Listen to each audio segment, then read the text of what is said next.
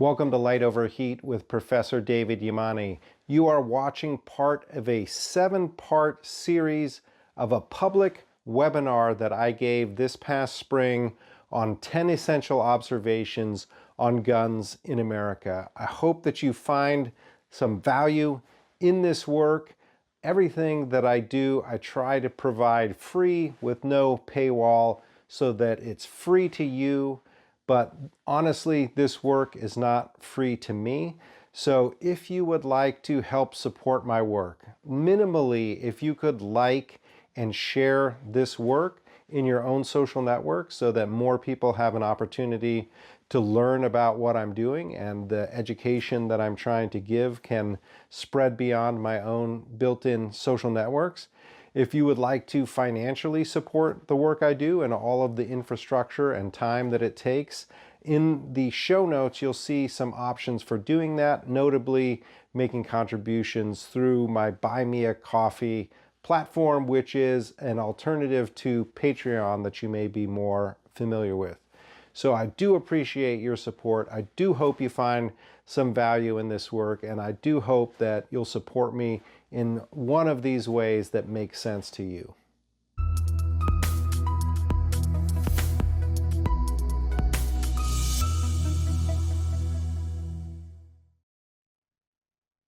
So Module 4, 10 Essential Observations on Guns in America, agenda, housekeeping. I don't have any housekeeping for today. I'll just jump right into a recap of where we are at in terms of Wright's 10 Essential Observations. And then the topic for today is defensive gun use and what I call the standard model of explaining the irrationality of defensive gun ownership. Some of you who follow my work pretty closely will know what this material is about. I also posted a paper that I wrote that summarizes this perspective. But this is my take on the typical way that scholars approach the issue of defensive gun ownership, and they don't approach it in a very congenial way, let's say. So we're going to proceed with Wright's 4th observation and then go into Q&A, time permitting. So again, Wright's 4th observation. First observation, half of households in the country own at least one gun, 200 million guns in circulation. We covered that in Module 1. Some amendments to those observations, although the general gist behind those observations, I think we can say Wright's ideas of almost 30 years ago now still appropriate. Most of those 200 million guns are owned for socially innocuous sport and recreational purposes. And I think here we have talked about in modules 2 and 3, the shift away from gun culture 1.0, that's sport and recreation, much more towards guns being owned for self-defense. So this is one of the areas in which Wright, isn't so much wrong as things have changed. And so observation 4, here we're going to focus on this latter part that I've been bracketing, so many guns are owned for self-defense against crime, gun culture 2.0, concealed carry revolution. But then the part we want to focus on today is, and some are indeed used for that purpose, and whether they are actually safer or not, many people seem to feel safer when they have a gun. So these are the 2 additional dimensions of Wright's observation number 4 that we want to take up. And when we talk about some are indeed used for that purpose, we're really talking about what falls under the rubric of defensive gun use. Now, defensive gun use is extremely important kind of in the empirical battles over whether guns are a net benefit or a net detriment to society. So, you take all of the positive effects of guns, which would include defensive gun uses, you subtract all the negative effects of guns, homicide, suicide, injury, accidental accidents, other negative outcomes with guns, and then whatever the math shows is that net effect. So again, for people who are on the pro-gun side of this equation, they want to have a really big number of DGUs. For those who are on the anti-gun side, they want to have a very small number of DGUs. And in fact, we'll see the range of estimates of DGUs varies from quite small to quite large. So this question of how many defensive gun uses there are has been hotly debated for a long time. And in fact, it's so hotly debated that oftentimes when I teach my guns class here at Wake Forest, my face-to-face class, I don't even deal with the issue of defensive gun use because it's so murky, right? But back in the 1990s, Kleck and Gertz, they looked at a whole bunch of different studies and they found that, surveys showed anywhere from several 100,000 to several million defensive gun uses annually, right? And they, based on their survey, estimated 2.5 million annual defensive gun uses, right? And this is a common number that's invoked by people who are on that pro-gun side of that gun benefit equation. Now, on the other side of that, you have David Hemingway, the very prominent public health scholar from Harvard.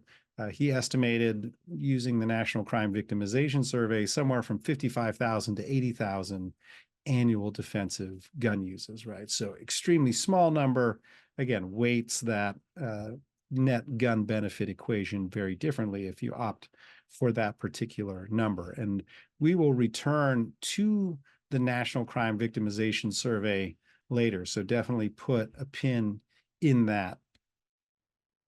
Now, the question of what actually counts as a defensive gun use is something that not only scholars, within the field disagree about, but it's something that the Rand Corporation and their big project on gun policy in America, where they've attempted to systematically review the scholarly literature in a lot of different areas, right? They actually have a piece out for some time now about the challenges of defining and measuring defensive gun use, right? So everybody has to agree, well, and everybody doesn't have to, but one of the challenges is getting people to agree on what is a defensive gun use. And then even if you agree on what a defensive gun use is, what's the best way to measure that empirically? And then both of these counts, there's a lot of limits in the field.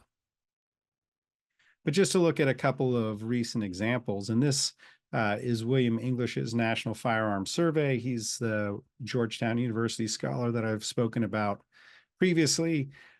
He has an incredibly expansive definition of defensive gun use. So you can see he asked his respondents, have you ever defended yourself or your property with a firearm, even if it was not fired or even displayed? Right. So I like the addition of not firing the gun, because I think one of the key differences in the way different people conceptualize a defensive gun use is, do you actually have to discharge the firearm for it to be a defensive gun use? Or, as is very common within defensive gun culture, knowing that just the presence or the threat of using the firearm is oftentimes enough for someone to defend themselves. But even if you didn't display it, which is very interesting to conceptualize situations in which you defended yourself or your property without even displaying your firearm, which might simply mean indicating to whoever you're defending yourself against that you have a firearm. And that could count as a defensive firearms use as well, because if you didn't have the firearm, I guess you could bluff, but that just creates a very expansive definition, as I said. So he found that of the gun owners in his survey, over 30%, 31.1% of those individuals had at some point defended themselves or their property with a firearm, whether they fired or even displayed or didn't even display the firearm. So 25 million adults out there having done this. And interestingly to me, he asked them how often they had done it. And there are, if you look at the people who say that they've done this 4 or 5 or more times, that's 2.65 million, about 10% of those people who'd ever used a gun in self-defense have used it 4 or more times, which is fairly remarkable. You 2.65 million people who are living in a world that is very foreign to me. So another one that I like, this is a little bit earlier. I, again, often return to the Pew Research Center because I feel like they, have sort of tried to do things straight up the middle very unbiased way. When I talked to them when they were putting this survey together, I really encourage them to define defensive gun use um, in a way that didn't require the defender to actually fire the weapon. And they did ask, not including combat or as part of your job, have you ever used a gun to defend yourself, your family, or your possessions? And again, including possessions in here, as English did, either by firing it or threatening to fire it. So here, I kind of get an impression, unlike English, that here we're looking at a situation where the person is perhaps at least brandishing the weapon and threatening to fire it, as opposed to English, who says you don't even have to display the firearm. So why is my thing not going? I'm stuck. Go forward. Here we go. Sorry about that. So the Pew Research Center, again, random sample of the US population, they find that 7% of all adults in the United States have said they've used a gun to defend themselves, their family, or their possessions. So 17 million people out there who agree with this. Not surprisingly, among gun owners, it's 17%, or 1 in 6 gun owners have used a firearm, have had a defensive gun use. And interestingly, if you look even at people who don't currently own guns, but own guns in the past, 9% of those people have had a defensive gun use. And even among people who are not current owners and have never owned a gun, 1% of those people have used a gun to defend themselves. So this is, again, something that is not an uncommon part of the American experience.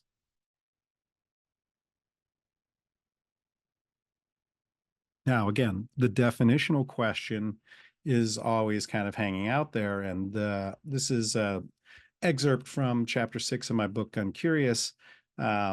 And I note here that Pew's question relies on respondents' subjective understanding of a defensive gun use. So one of the challenges of measurement, right, again, even if we can agree on what the definition of a defensive gun use is, we may not agree on measurement issues, but there is also a lot of sort of subjectivity even in understanding whether situations constitute a DGU or not. So I give this situation of Andrew, an acquaintance of mine, drives a delivery truck. He was sitting at a gas station one day waiting to go on his next run when he saw this sketchy looking guy approaching his truck, yelling and acting crazy. So when the man got on the truck's driver's side step and looked into the cab, Andrew held up his Ruger LC9 pistol, and the man got down and left. Andrew considered this a successful defensive gun use. So again, is that a successful defensive gun use? It's, subjective. Some scholars will think yes, some scholars will think no, because the firearm wasn't discharged. But also, was that even a situation that required a firearm for self-defense? And as I note here, it's impossible to say. As the Rand Corporation Summary of Research highlights, a major challenge in studying the utility of defensive gun uses is counterfactual, such as these. What would the outcome have been had he not displayed that firearm, right? But not wanting to find out what would happen is a big reason why people use guns preemptively in the first place, right? This is why gun owners make what I call Pascal's wager, right? It's better to display the gun when he may not have needed to than to wait and see if he needed to when it might have been too late.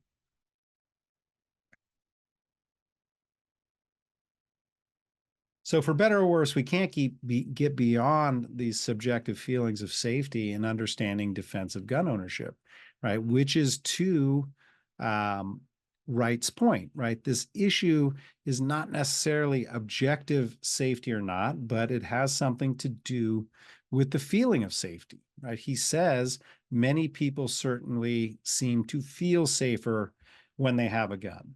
And I can think of many situations in my own life, including when I was living in Winston-Salem and there was a fugitive running loose in my neighborhood and the police were, trying to find him. certainly felt better, going inside my home and, having firearm safely at hand than if I would have just gone into my home and hoped for the best. But in any event, this is a question that the Gallup organization has been asking about for some time. You can see data going all the way back to 2000.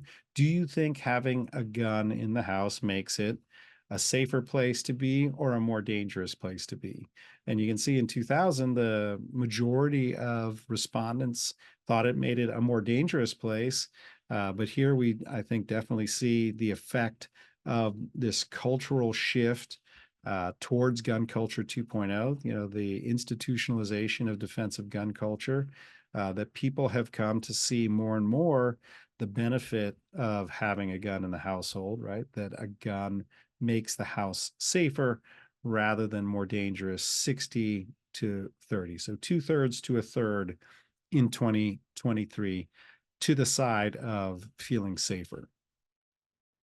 Now I'm going to have to shut something because something is making me go off of my presentation and losing my advanced capacity. Sorry for the technical problems. I guess I'm rusty from the week off.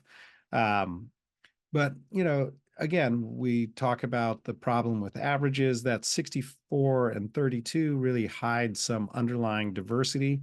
Among people who have a gun in the household, 86% of respondents feel like it makes it a safer place, and 12% think it makes it more dangerous. Whereas if you don't have a gun in the household, only 45% feel like guns make households safer, and almost half more dangerous. But interestingly, even 45% of people who don't have a gun in the household feel like guns make a household safer. So this is, again, something that is a very common part of the American reality today. And again, not all people see this the same way. We see there are some political party or partisan differences. Republicans and independents definitely feeling safer about having guns in the home. Now, we don't want to dismiss the 37% of Democrats who feel like it makes a home safer, but it is notable that a majority of people who affiliate with the Democratic Party feel like having guns in the home make things more dangerous. And again, here, if we're talking about subjective feelings of safety or danger, we're really getting to some very fundamental underlying differences in the way that people see the world in general, right? So this is an example of a cultural theory of gun risk perceptions by two law school professors, Dan Kahan and Donald Brahman, and they really argue that people's fundamental cultural orientations or cultural worldviews influences how they perceive risk. And so just briefly, you can see that individuals of an egalitarian or solidaristic orientation, that would be more your Democrats, right, tend to support gun control. Those of a hierarchical or individualist orientation, that would be more your Republicans or conservatives, right, tend to oppose it. Right. And in fact, people's cultural orientations are even stronger predictors of how people view gun risks and how to address gun risks than some other demographic factors that we think of as being very important. And then even more so, if those of you are familiar with Jonathan Haidt's work on the righteous mind, he really argues that, it's not just different cultural worldviews, but these understandings are really shaped very fundamentally by people's emotions and by their intuitions that really drive their understanding of, what's right and wrong, what's good and bad, what's dangerous to us and what's not, and how should we deal with it. So, the notion that we can address these issues just by bringing forward data and letting the data sort it out, I think is really contradicted both by this kind of cultural theory and also this social psychology that really, you're not going to convince someone to see the world differently just by providing a number. Although this is the world I live in, so, I spend a lot of time looking at these numbers. Now, if someone asked me, and no one has asked me on a survey at least, does or would having a gun in your home make it a safer place to be or a more dangerous place to be? I mean, the honest answer is it depends, right? There is not a single correct answer, right? It's not like in all cases for all people at all times, having a gun in the home makes that home safer, or that for all people at all times in all places, not having a gun in the home makes it a more dangerous place to be, right? So it really depends. And I like the fact that this one study in California has depends and don't know, right? Which humility, intellectual humility is a thing, maybe a thing that we need some more of. But they find that 17% of respondents say it depends, and 30% of respondents say they don't know. Right. So I really respect this 47, almost half of the respondents to the survey gave what I take to be the correct answer, is that, there's not a single right answer to the question of guns and risk. And this is something I take up, and I think I've promised and I've tried not to make this webinar series just an advertisement for my book, but buy my book. But I have two chapters in the book, one that deals with what I call Pascal's wager in firearms. How do gun owners understand risk and how defensive gun ownership addresses risk? And then one chapter on guns as risk factors for negative outcomes, because I absolutely believe that guns can be risk factors for negative outcomes, right? I'm not in the camp that says, all guns good, right? I'm not in the camp that says all guns bad, right? Some guns can be good under certain conditions in certain hands for certain purposes, and some guns truly do introduce additional risk into our lives, right? But risk that can be mitigated, right? Risk that's not evenly distributed through the population. So we just need much more sensitive and complex and sophisticated ways of understanding risk. And one of my frustrations in dealing with a lot of this a way that people approach guns is that we just lack that sophistication and that nuance and that complexity. So it really does depend. As an example of I would say a lack of that sort of nuance is public health's standard model of gun risk, right? So you see, not all of these are public health scholars, but you kind of get the general gist of the way people take up the public health approach to gun risk, right? Nicholas Kristof, the New York Times opinion columnist, it's a delusion to think having a gun in the home makes us safer. The Center for American Progress, a very left-leaning advocacy organization, think tank in DC, debunking the guns make us safer myth. The Trace, the Bloomberg-funded gun violence reporting organization, will a gun keep your family safe? Here's what the evidence says. Obviously the evidence for them says no. So this takes me to this standard model of explaining the irrationality of defensive gun ownership. This is the standard or the typical or the dominant way that scholars who study defensive gun ownership understand how it works, or really, in fact, how it doesn't work. So the logic of the standard model begins with a recognition of gun culture 2.0. Yay, I no disagreement there. I'm going to draw a lot on this piece by Nick Buttrick, psychologist, now at the University of Wisconsin, a professor. He wrote this when he was either a graduate student or a postdoc at the University of Virginia, called Protective Gun Ownership as a Coping Mechanism. It really encapsulates the standard model quite well, right? So he begins saying there are at least two distinctive gun culture, one that owns shotguns and rifles for hunting, and one that owns handguns for personal protection, right? So there's your gun culture 2.0, check. But it discounts then the need for and the utility of guns for defense. So immediately after recognizing defensive gun ownership, it's like, yeah, but people don't really need or use guns for self-defense. So again, further on in the same page, as Buttrick writes, and yet gun owners rarely use their guns to prevent victimization, right? Reports estimate their defensive use in fewer than 1% of reported crimes involving contact between a perpetrator and a victim. And Hemingway and Solnick 2015, that's that notable piece that uses the National Crime Victimization Survey that I mentioned earlier. You'll see this reference or this citation coming back over and over again, right? As in this piece by Wolfgang Strobe, a social psychologist, about the motivational bases of American gun ownership, right? And you can see he also writes, actual defensive gun use is rare. In less than 1% of reported incidents of violent crime, did the would-be victim exercise resistance via a firearm, according to the National Crime Victimization Survey, and similar results reported by Hemingway and Solnick 2015, right? Less than 1%. So this is the piece in question, the epidemiology of self-defense gun use, evidence from the National Crime Victimization Surveys. Anybody who wants to give the smallest number of defensive gun uses to discount the need for defensive guns will invoke Hemingway and Solnick's analysis of the National Crime Victimization Survey, right?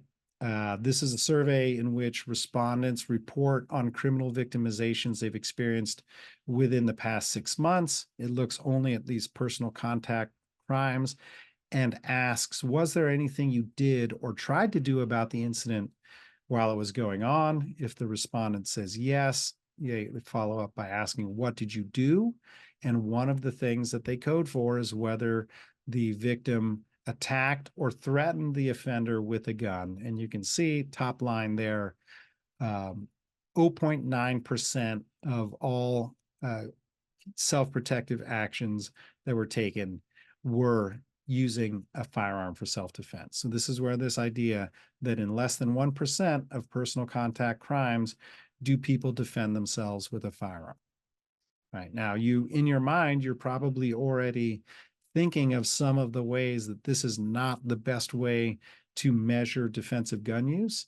And I will agree with you in those critical thoughts that you're having right now, right? But again, I think about, whether my acquaintance Andrew sitting in the cab of his truck, raising his Ruger LCR would even, if he were in the National Crime Victimization Survey, would he even say that he was a victim of a crime? Probably not, because using the gun to defend himself or to deter his attacker made it so that he was actually not the victim of a crime, right? So anybody who doesn't see themselves as a victim of a crime because they use their firearm for self-defense is not even included in this way of approaching the issue. And in fact, going back to the Rand Corporation's analysis, right? Again, the Rand Corporation is certainly at least neutral, if not sort of pro-gun control in their approach to this issue, right? They note that, the National Crime Victimization Survey estimate of 116,000 DGU incidents a year almost certainly underestimates the true number, right? They characterize it as being at the opposite extreme to Gary Kleck's estimate of 2.5 million DGUs a year.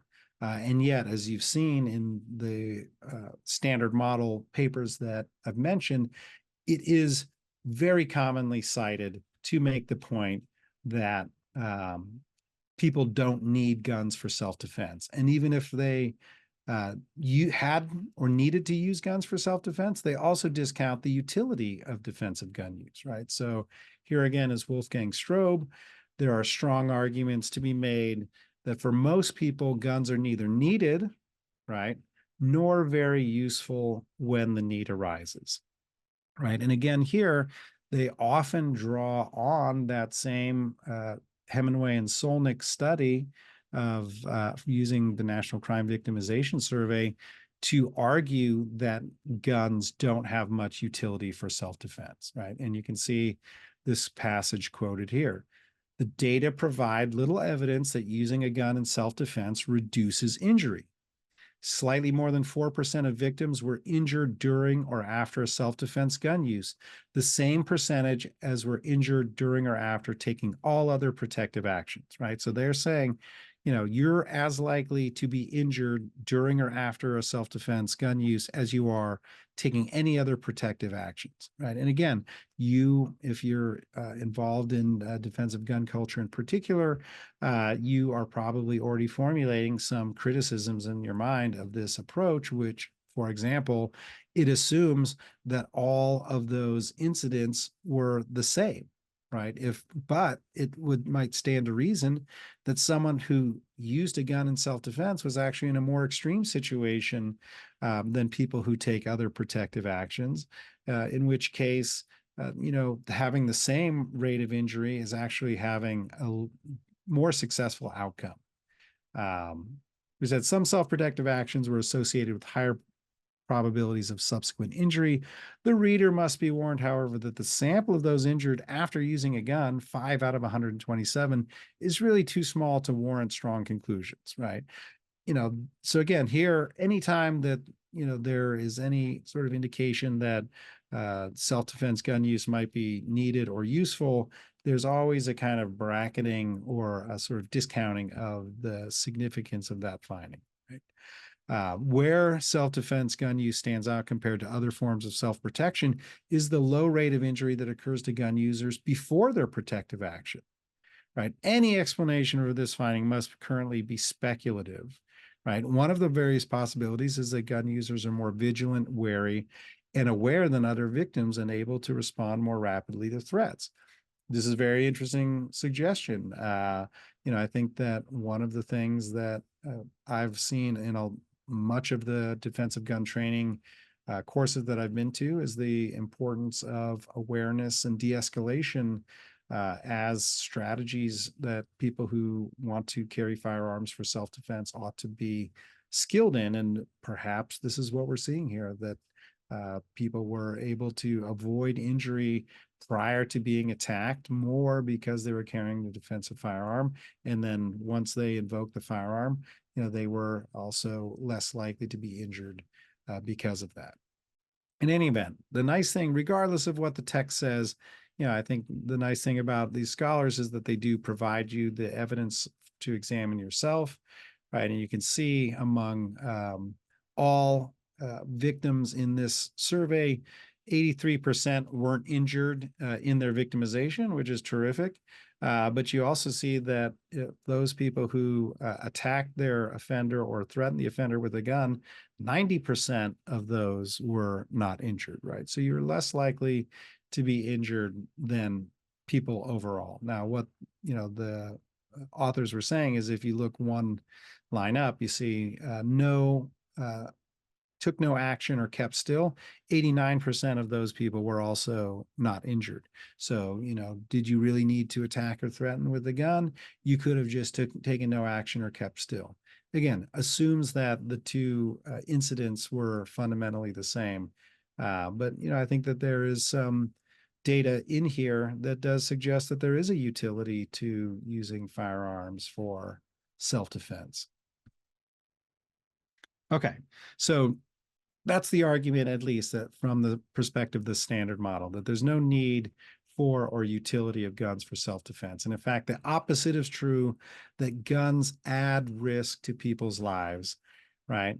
Here, again, Buttrick makes it clear, in contrast, bringing a gun into one's home clearly makes it more dangerous, right? A gun in the home substantially increases the likelihood that a household member will die by a gun, whether by homicide, suicide, or accidental shooting. And here we're really going back to the kind of founding father of the public health approach to studying guns as risk factors, Arthur Kellerman.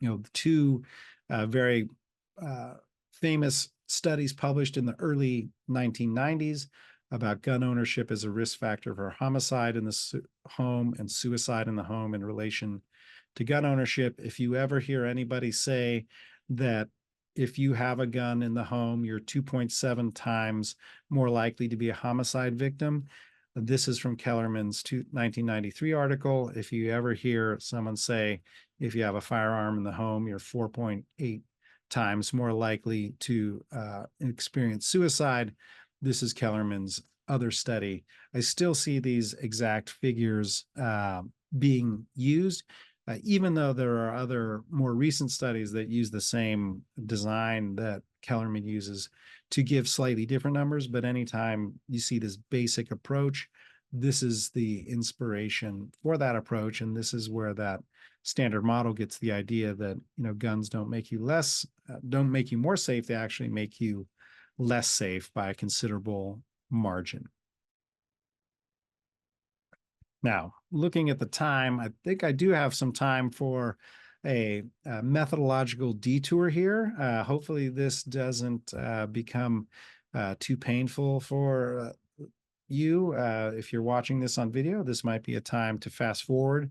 But I really think that it's useful to consider the way that we design these studies, because it points to some of the challenge in trying to figure out what the actual effect is, what the actual risk is of firearms for these negative outcomes. And here I want to look at suicide specifically, but some of these same ideas would be true also for studying homicide. So 3 of the main methodological approaches to studying suicide and firearms are ecological designs, what are called case control designs. This is Kellerman's work.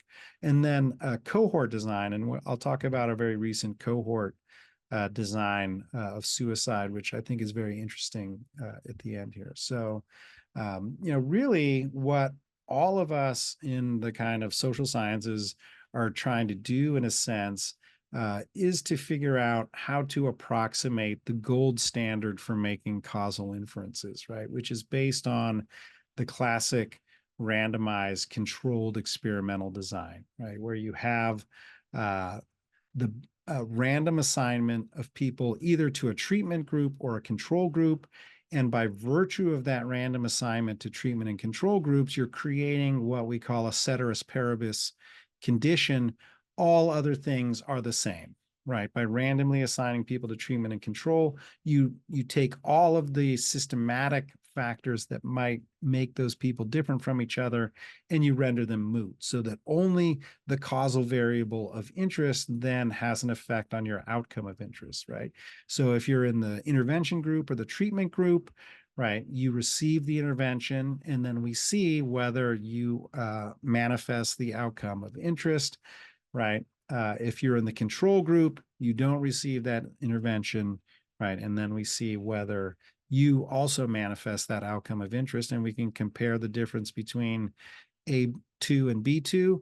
And if there's a difference between A2 and B2, then we can attribute the difference to whatever that intervention or that treatment was. In the case of understanding the effect of firearms on suicide, we would just assign people to the intervention group or the treatment group, and those people would be exposed to firearms in the home, right? And the control group would not be exposed to firearms in the home. Now, of course, this is the exact problem that we have in the social sciences generally, but particularly in terms of looking at guns as a risk factor, is how do you set up a randomized experimental design to study the effect of gun ownership on suicide? It's not practically or ethically possible to assign people to a treatment group in which they get firearms and a control group in which they don't get firearms, and then see who commits suicide.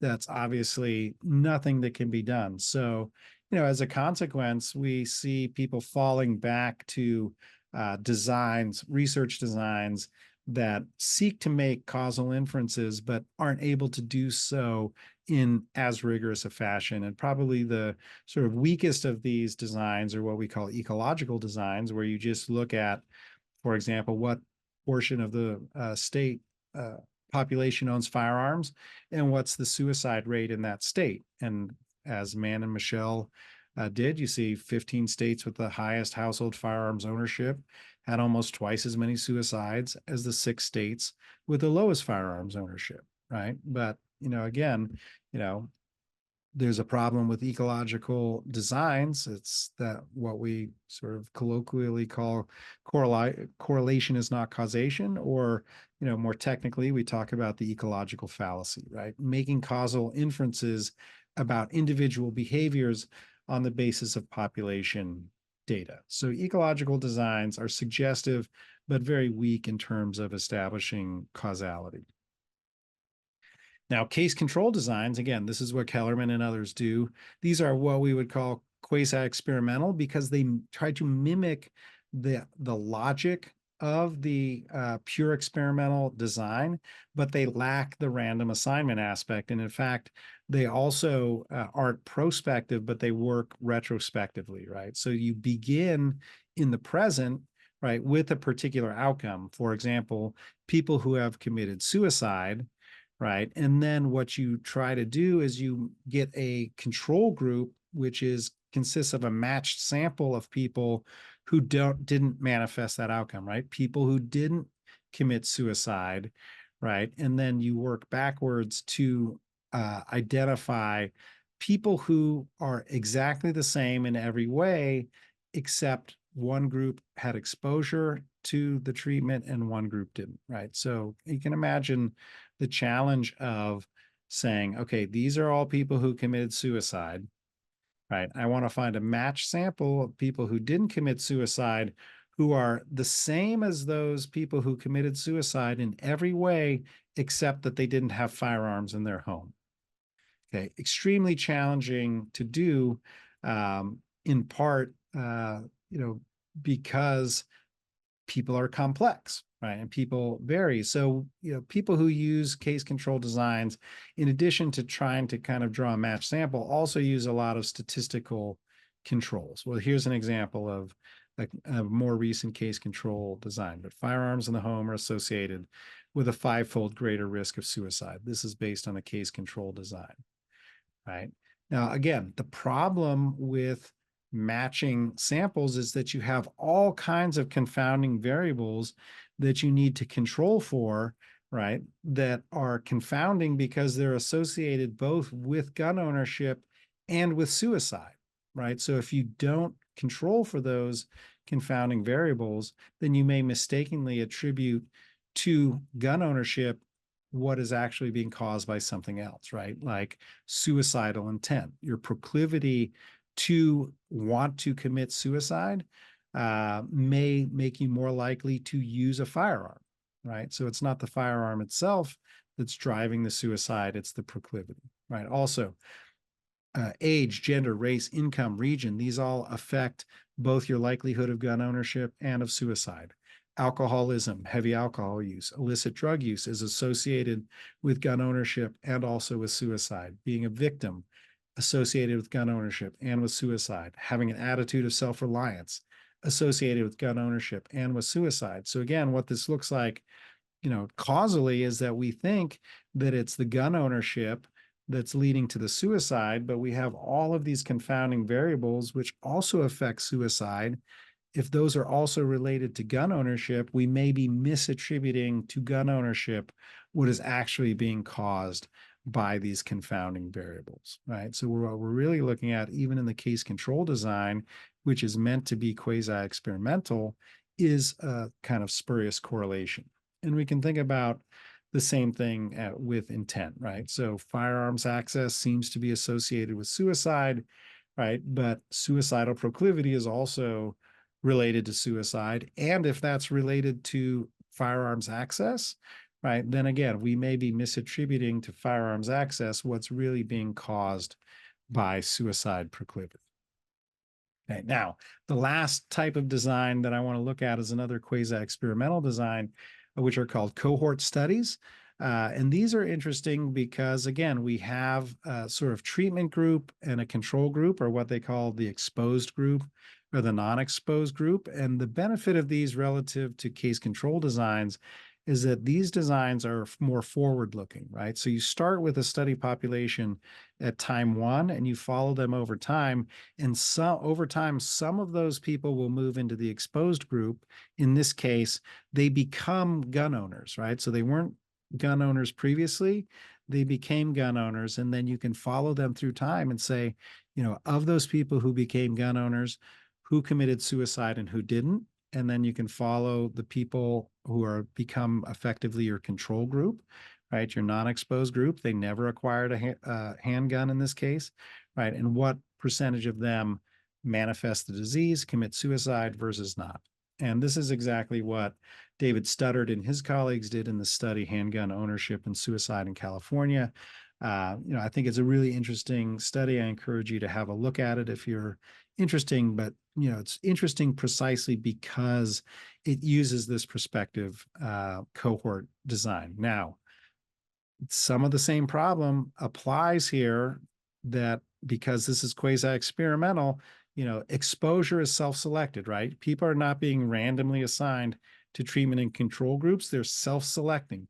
So if there's something systematically different about people who acquire a firearm than people who don't, and if that's correlated with committing suicide, then we have the same challenge of spurious correlation. So that's out there. The authors attempt to address that in the paper. I'll leave that for another time.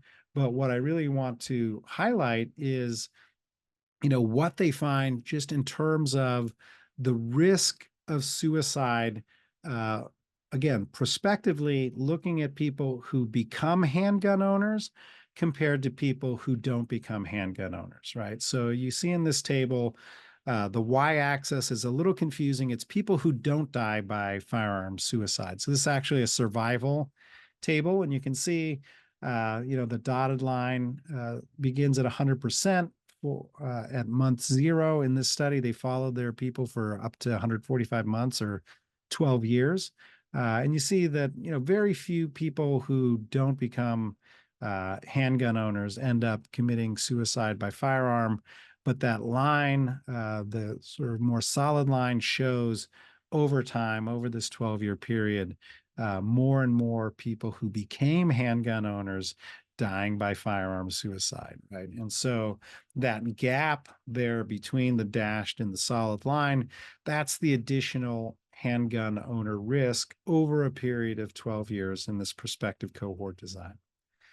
Now, some of you, again, you're a very sharp audience. You probably already noticed one thing that's happening with this y-axis is the truncation, that it really doesn't run from 0 to 100. It runs from 99.6% survival up to 100% survival, right? So even in the worst scenario of the person, the family or the household that acquired a gun and then experienced a firearm homicide, right, you're still looking at a survival rate of 99.7%.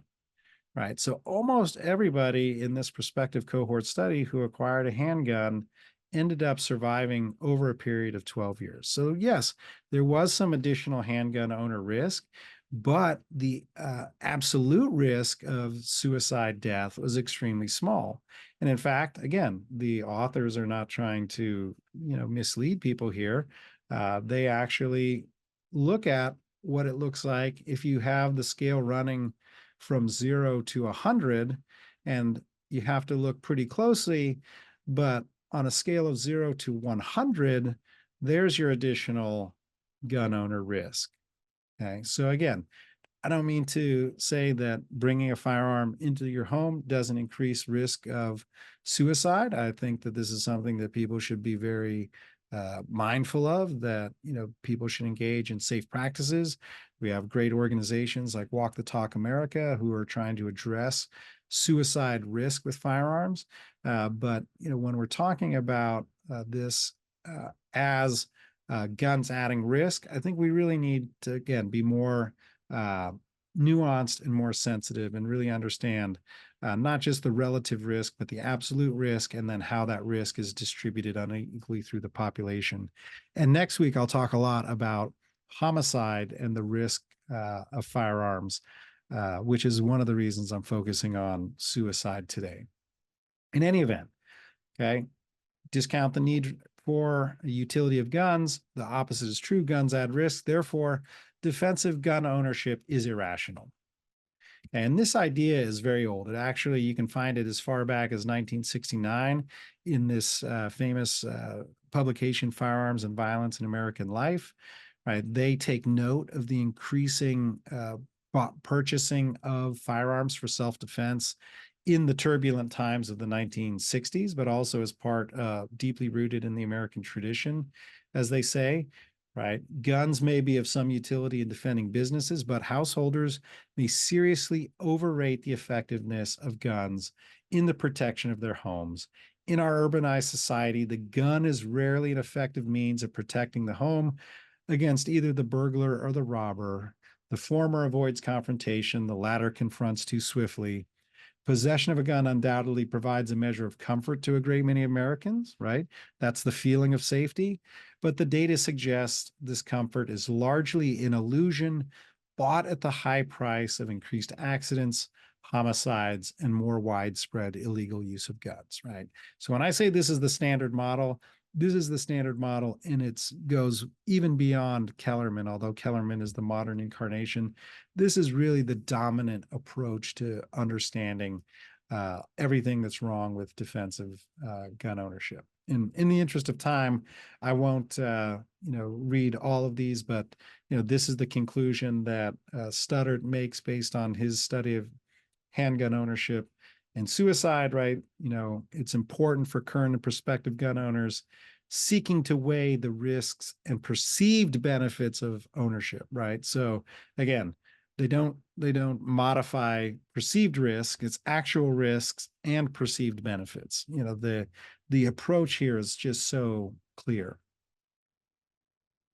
And again, in a later study where they look at the effects of handgun ownership on homicide of people who cohabit with people with guns, right, they're even more important, right?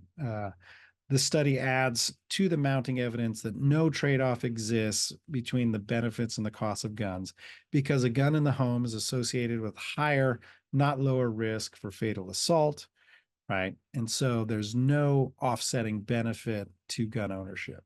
And if gun ownership is irrational, right, if people are not making a good cost-benefit analysis of this, it must be because something else is driving or motivating people to become defensive gun owners, right? It's not just that people, are kind of stupid, that, there's something else going on.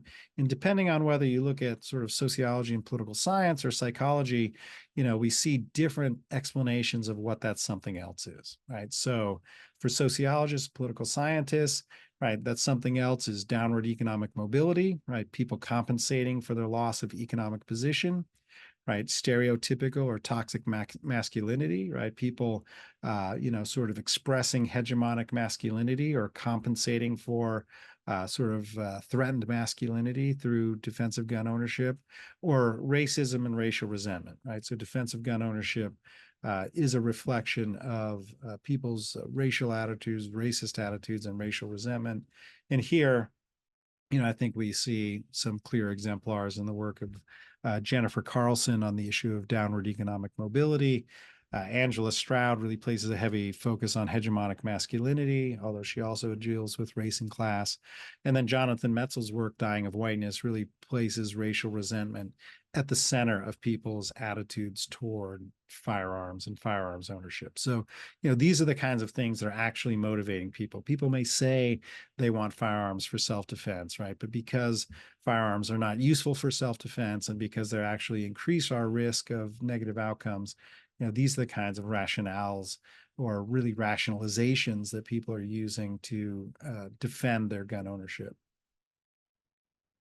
Now, from the perspective of psychologists, that's something else that's motivating it, are sort of various forms of compensation. Of course, you can imagine, the psychosexual forms of compensation that, men especially acquire firearms for, but also this idea that defensive gun ownership is a maladaptive coping mechanism, right? And here I go back to Nicholas Buttrick's work again, this sort of real exemplar of the standard model.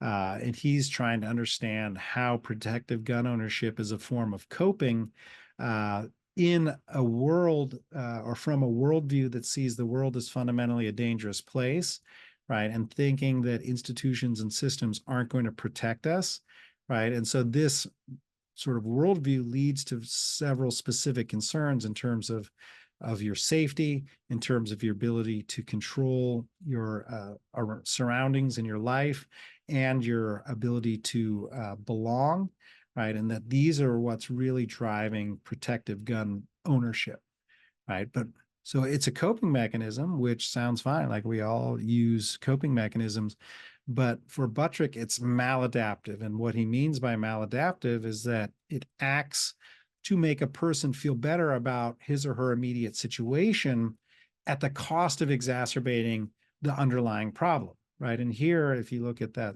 chart, you see the negative feedback loop that takes place, right? That people engage in protective gun ownership, and that makes them feel better sort of for the moment, but it actually reinforces the idea that the world is a dangerous place, and it reinforces the idea that systems and institutions won't protect us, and keeps us spiraling in this negative feedback loop. So it's a maladaptive coping mechanism in that sense. And so Buttrick really then returns us to where we started, right? He says, when faced with their fear, gun owners turn to a strategy that boosts their self-esteem in the moment, but does nothing to actually control crime in their neighborhood or make the world a safer place.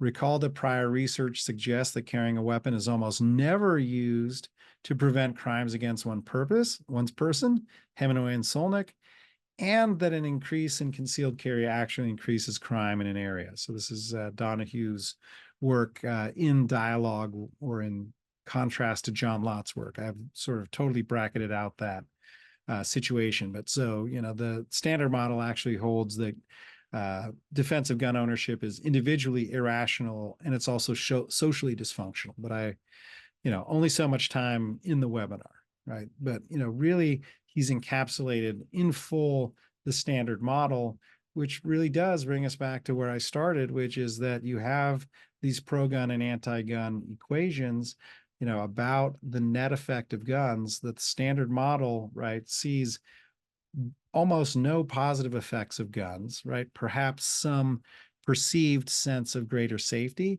lots of negative effects of guns. And so the net effect of guns is extremely negative, right? And on the other side, pro-gun side, lots of positive effects of guns. So this would include actual defensive gun uses.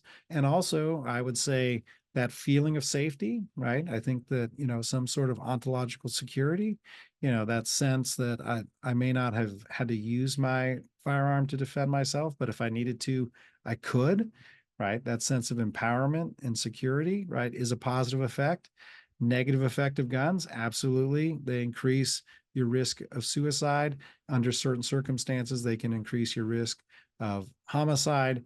They certainly allow you to injure yourself and so on, right? But those are relatively small. Therefore, the net effect of guns is largely positive.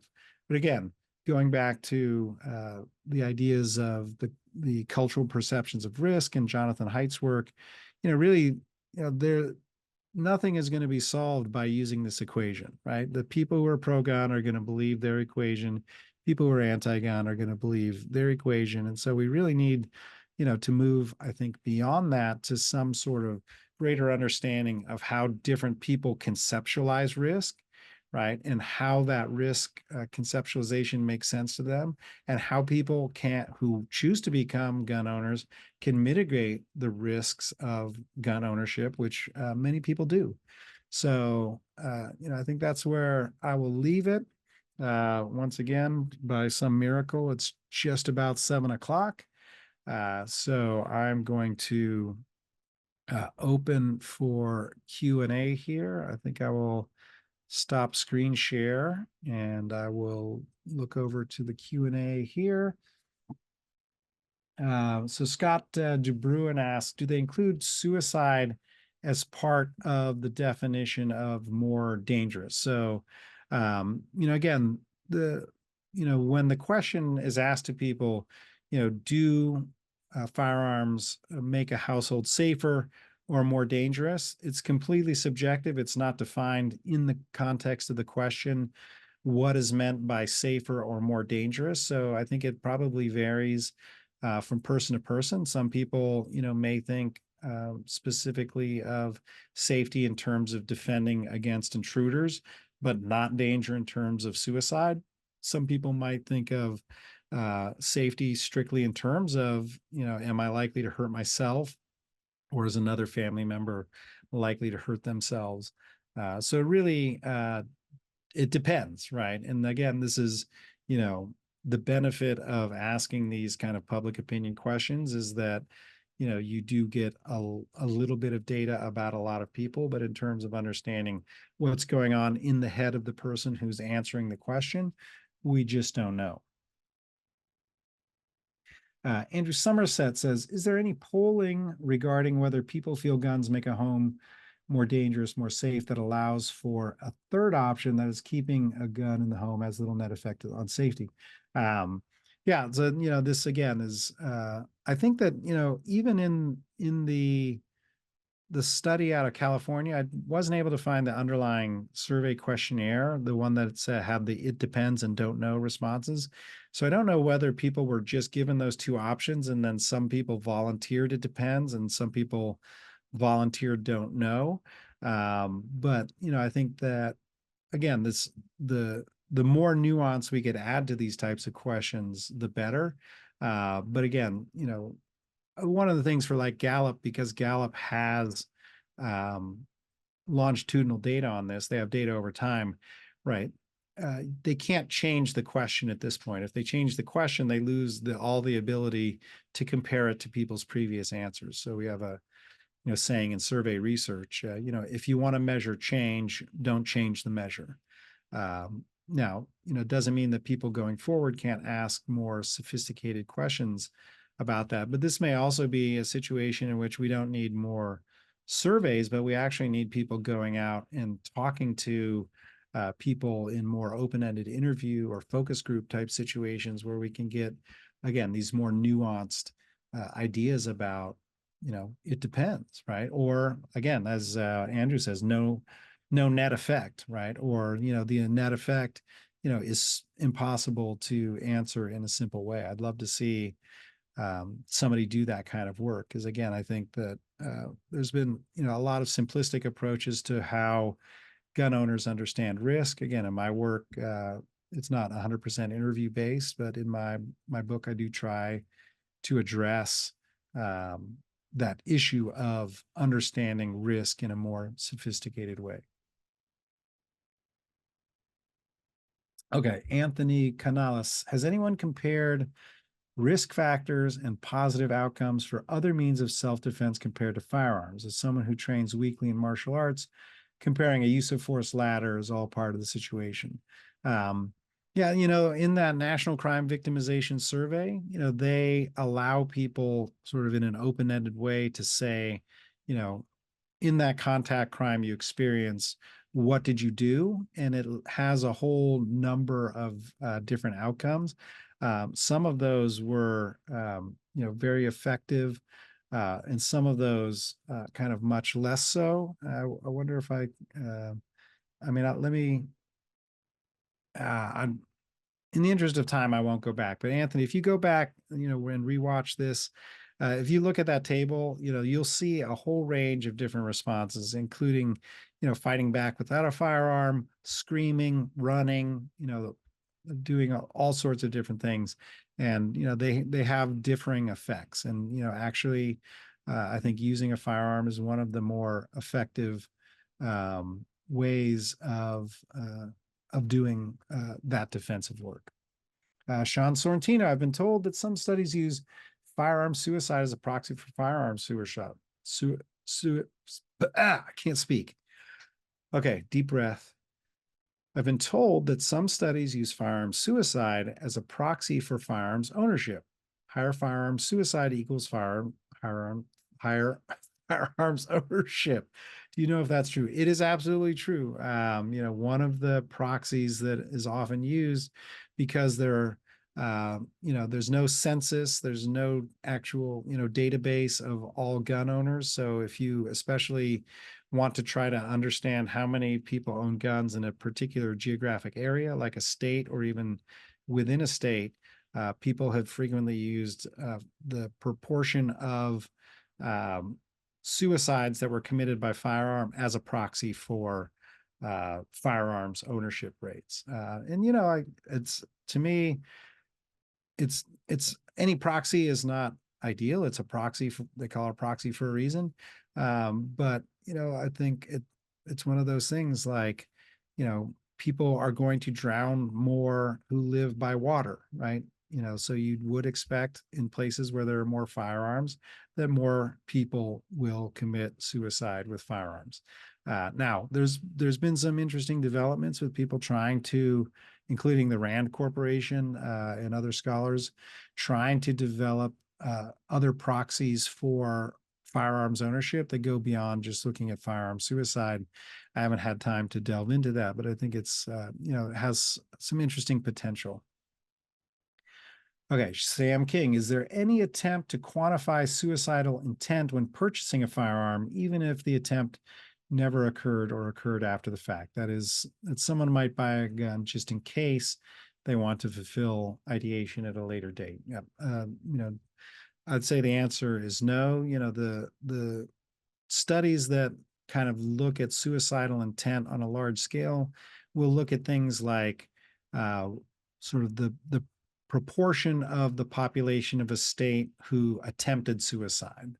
So that would be a kind of proxy or a measure of suicidal intent. But, we don't, I mean, essentially outside of a certain places like California, and one of the reasons I oftentimes invoke studies from California is because they have some of the most robust data, because the state of California requires or allows the collection of that data.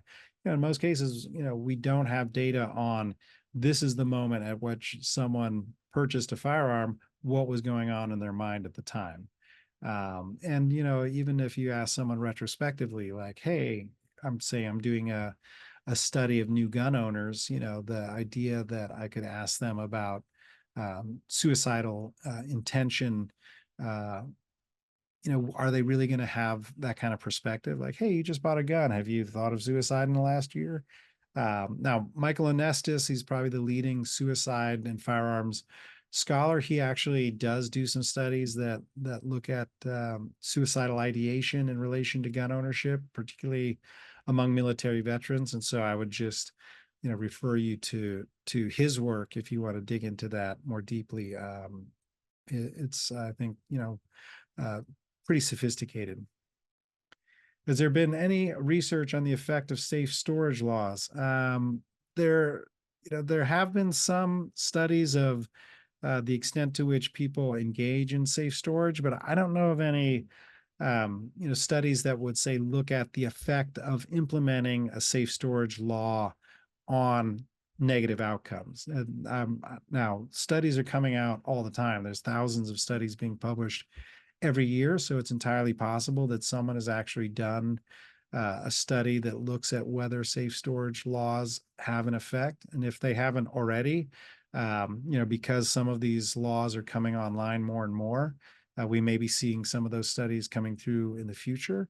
It becomes very difficult to actually assess the effect of any particular law on some negative outcome, just because what creates those negative outcomes is so complex. And we see this in the whole area of trying to figure out, right, do liberalized concealed carry laws lead to more or less crime?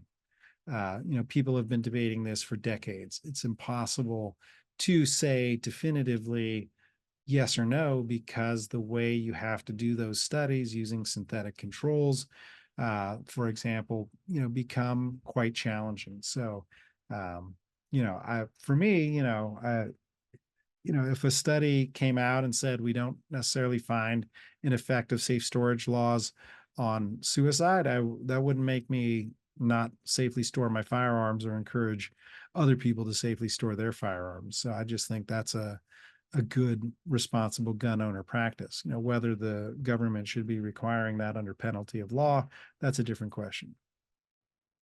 Does the presence of gun increase the risk of suicide or increase the risk of suicide by gun?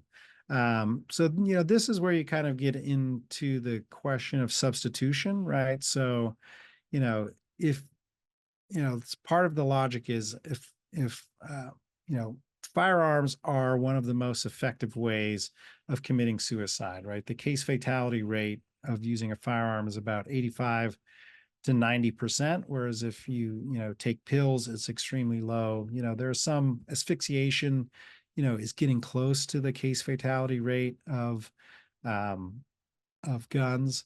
But one of the interesting differences is that men often choose firearms to commit suicide. Women often choose pills, which is why men much more often succeed at committing suicide or complete suicide than women. So the idea is, if you take away the guns, then people, if they have a very strong suicidal intention, that they will have to substitute another means that is less effective, right? So there is some sense that you can reduce overall suicides by any means by reducing the proportion of suicides committed by guns, because no other means that you could substitute is as effective.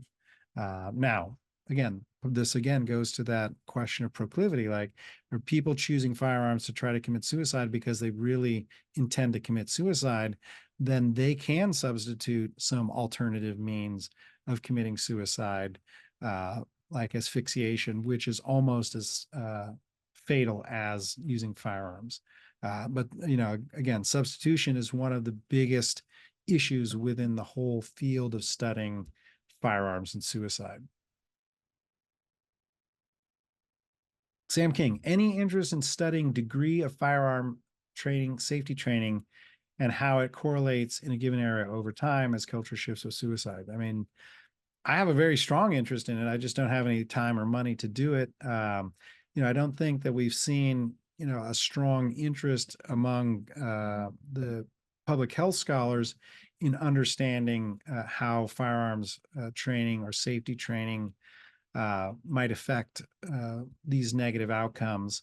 I think it's one of those kind of, you're damned if you do, damned if you don't sort of things, where people are like, how can you let people carry firearms without training? People ought to have some basic level of safety training in order to own a firearm, right? But then if you say, hey, how about we mandate, firearms safety training for everybody in the population, they're like, whoa, let's not get carried away there. And so, I think that there's not a real profound interest in understanding, whether safety training, could have an effect. Now, on the other side, in the same way that people who are gun violence prevention activists fund research on gun violence, like Bloomberg, like Everytown, and so on. Why aren't people in the gun industry? Why isn't the NRA or the NSSF or anybody else funding legitimate scholarly research on these questions? Right? I know someone who is very capable of doing such studies, if there were people who were willing to fund it. And also if I had a lot more time on my hands, which I don't. Mark Erickson, it is clear from decades of gun control laws that infringing on firearms access doesn't stop crimes. Studies don't explain why or offer alternatives. Has anyone studied risk factors of implementing gun control laws? Yeah, again, I think that this is, the one-sidedness of this kind of standard model. It never presumes that implementing gun control would lead to negative outcomes. So, I guess you could say that maybe everything that they do is studying the inverse of that. So again, they look at whether, implementing gun control laws leads to higher rates of crime. Again, this goes back to, the John Lott versus John Donahue debates over more guns, less crime, or more guns, more crime. And, it's a debate that's been going on and on. And, again, you say it's clear from decades of gun control laws that infringing on firearms access doesn't stop crime. Again, that, I think that's an empirical question. And it's not like you either have gun control or you don't have gun control. You either have crime or you don't have crime. Both of those things are variables, and in determining the effect of one of those variables on the other variable is extremely complicated. And a lot of people have attempted to work on it, but certainly no one, wants to study, gun control laws leading to more crime or worse crime. All right, Sean, if they use firearms, this is a follow-up, as a proxy for ownership, they claim more guns equals more gun death. Isn't that kind of circular?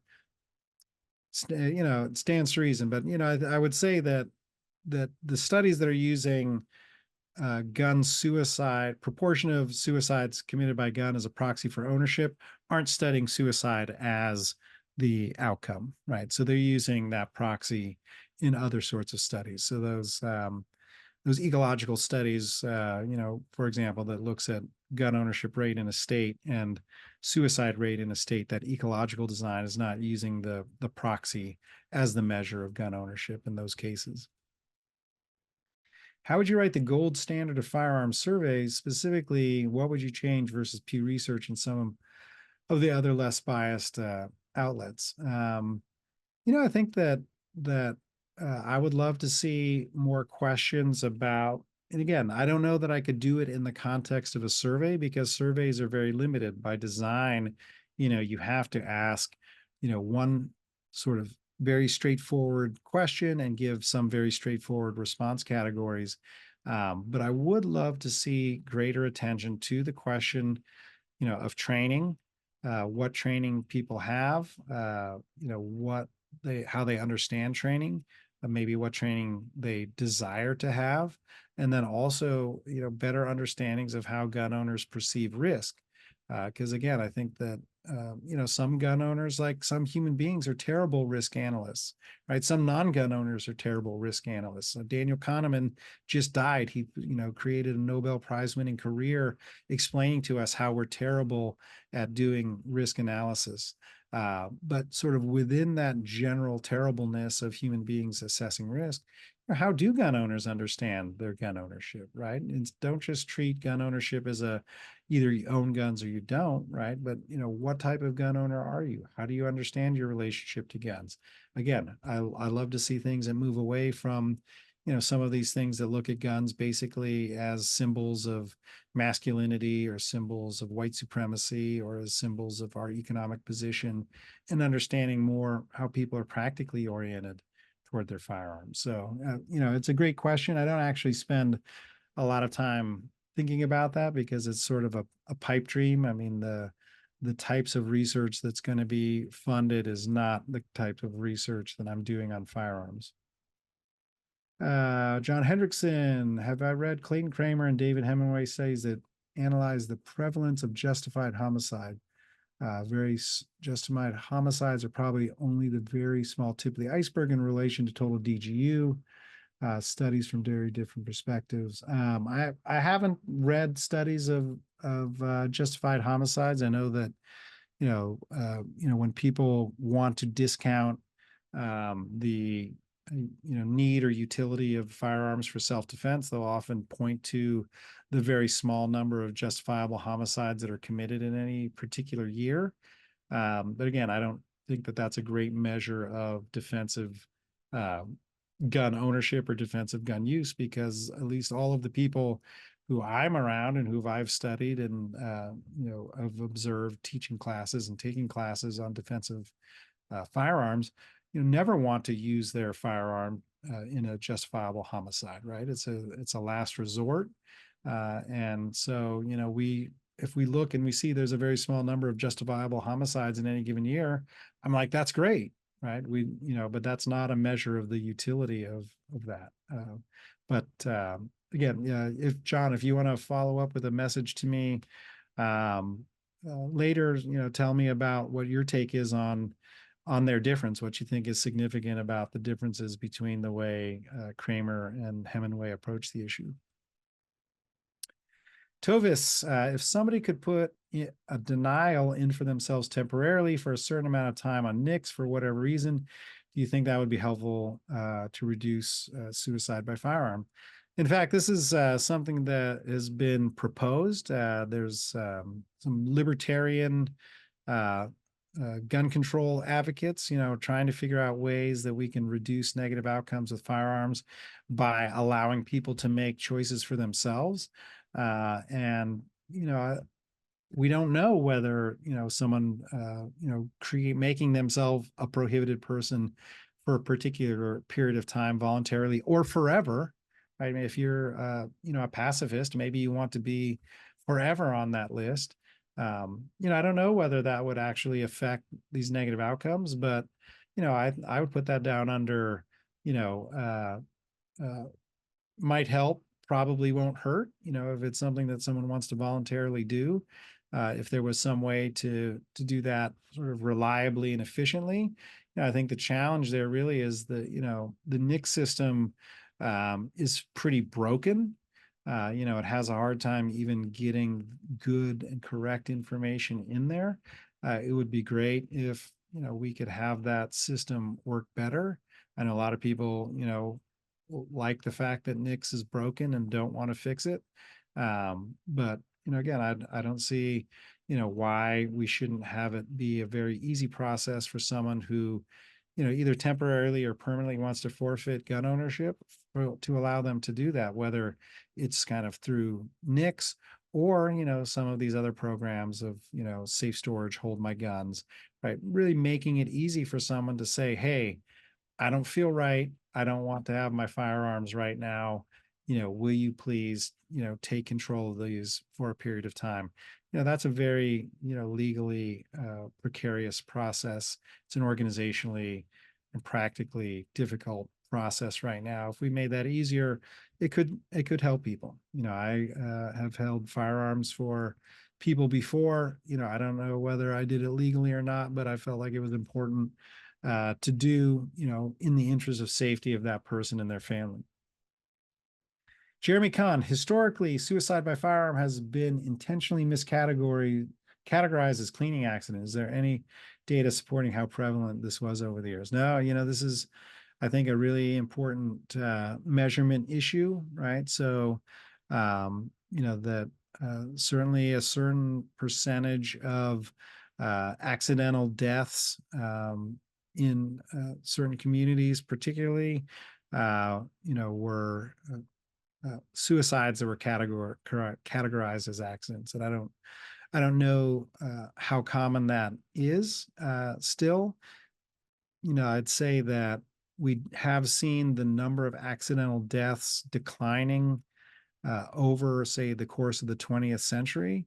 And I wonder if some of that decline is actually due to more gun suicides being classified as gun suicides, as the whole process by which those decisions are being made has kind of become more formalized and more rationalized. All right, let me take just a couple more here. I'm going to just answer these two, and then we're close to 7:30. Hubert Hickman, CHP folks versus non-CHP gun owner suicide rates. Interesting question. Yeah, again, when we think about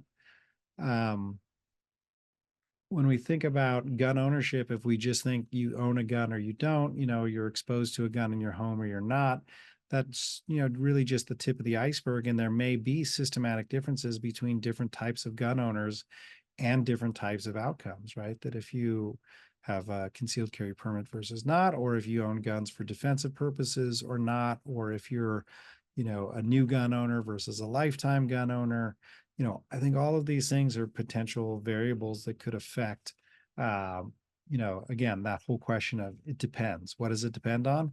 It depends on a whole host of different things that would be interesting to know much more about.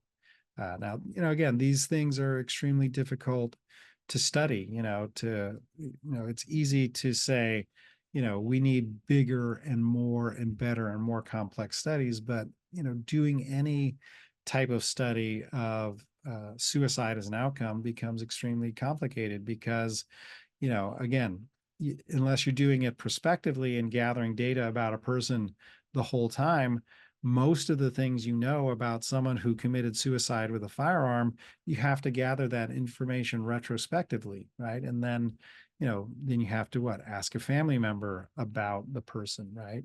And so, what we know about people who commit suicide, in general is difficult to come by, much less aspects of gun ownership. And I remember having dinner one time with Mike Anestis, the suicide and firearms, researcher, and he really candidly admitted that we have very little predictive ability to say, here are some people, here are risk factors we know that make people likely to commit suicide, right? It's very hard to look at those people and predict who among that group is going to commit suicide and who isn't. So, I have a lot of respect for people who are working in this area. I think it's an area of tremendous common ground between, people who are gun violence prevention advocates and people who are gun advocates. And I wish there was, better and more communication. And again, I have so much respect for Mike Sudini and what he started with Walk the Talk America, because he's having a seat at some of these tables in which people are discussing guns and suicide, and gun owners need to have a place at that table. And it takes work to get a place at that table. So kudos to you, Mike. Scott asked his last question. If someone like NSSF put money to study some of these questions, would the source of the funding reduce the perception of validity? Yeah, I mean, absolutely. This is one of the challenges. So, I say somewhat flippantly, if only, the NRA or the NSSF or the gun industry would put up some money to do these studies, they would be dismissed out of hand as quickly as people dismiss out of hand. It's happening on my Twitter right now. I posted a link to a study about guns and political violence, just saying I wish I had time to look more into this study. And people immediately went to who is the author of the study, and who funded the work. And without even looking at the work, just knowing who authored the study and who funded the work, people were able to make their decisions. And I think the same would go the other way. And this actually came up in the context of the University of Wyoming's Firearms Research Center. Started at the College of Law there and being headed up by my friend Ashley Levinsky, and they are trying to create a firearms law based research center that will provide information about all aspects of guns, including the positive aspects of gun ownership. And who is going to fund that kind of research center? Well, they are raising money and getting donations from people from the gun industry, right? And so I think Magpul, for example, don't quote me on that, but I think Magpul ended up donating money. But so what does the Wall Street Journal and other people who are looking at what they're doing say? Here's a research center being funded by the gun industry. So Scott, as usual, you are right on point, and in your wisdom, I will leave that as the last word. Thank you all so much for your activity. Again, I see that the chat is just going gangbusters as always. Can't believe that 50 of you have hung in now for 90 minutes. I'm looking forward to next week. Again, we're going to be talking much more about sort of criminal gun ownership. Why do people who are involved in crime own guns? And here we'll talk a lot more about how I approach the question of suicide. No, I'm sorry, homicide rather than suicide. So looking forward to getting back at this next week. We are over the hump. We have 3 more classes to go. I appreciate everybody's attention. If you weren't able to make it live and you've watched the recording all the way to this point, props to you. Have a good night, everyone.